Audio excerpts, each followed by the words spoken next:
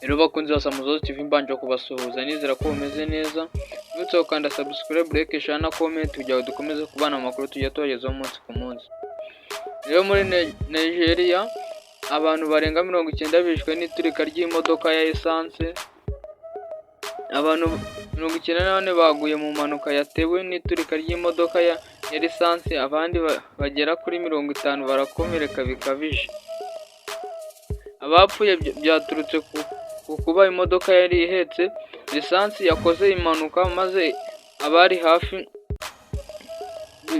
bihutira kujya kuyivamo, ariko kubw'amahirwe make iraturika, abagera kuri 94 barashya bahasiga ubuzima.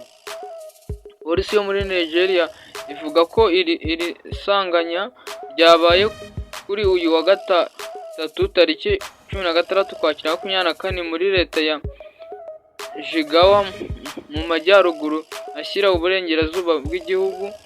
Inkuru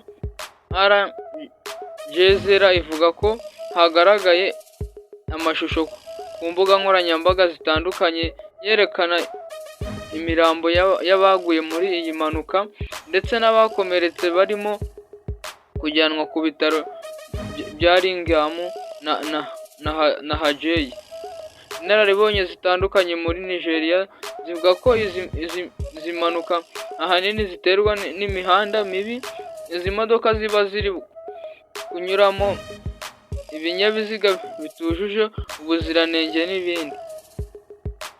Muri iki gihugu si ubwa mbere habereye impanuka nk'iyi, kuko no muri Nzeri uyu mwaka nabwo imodoka ihetse lisansi yaturitse muri leta ya Niger iri rwagati muri Nigeria, ihitana abantu 48.